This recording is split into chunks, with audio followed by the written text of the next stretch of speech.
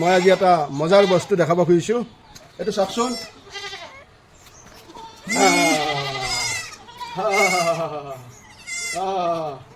আজিৰ পৰা 7 মাহ আগত ছাগলী এটা কিনিম বুলি গ'লোঁ। এটা মানুহে ক'লে ছাগলী বিক্ৰী কৰিব। গ'লোঁ, যাই দেখিলোঁ তেওঁলোকৰ ছাগলী আছে 4টা, 2টা মাক 2টা চানা পোৱালি। মই ক'লোঁ এটা ছাগল মোক লাগে।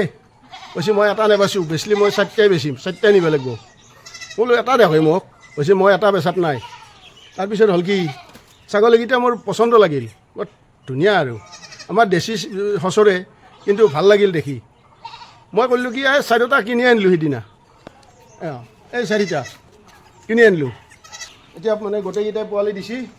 এতিয়া হৈছে কি 7টা পোৱালি, এই 7 4 এতিয়া টোটেলত 11টা হৈছে। এতিয়া মোৰ এই বেল ব্ৰেক নহয় গাড়ীৰ নিচিনা হৈছে দিয়ক হৈফালে। এতিয়া কি কৰোঁ, এতিয়া ৰাখিব লাগিলেও মুস্কিল, বেচিব লাগিলেও নোৱাৰোঁ। মৰমতে কিবা এটা কৰিব লাগিব আৰু চামথিং।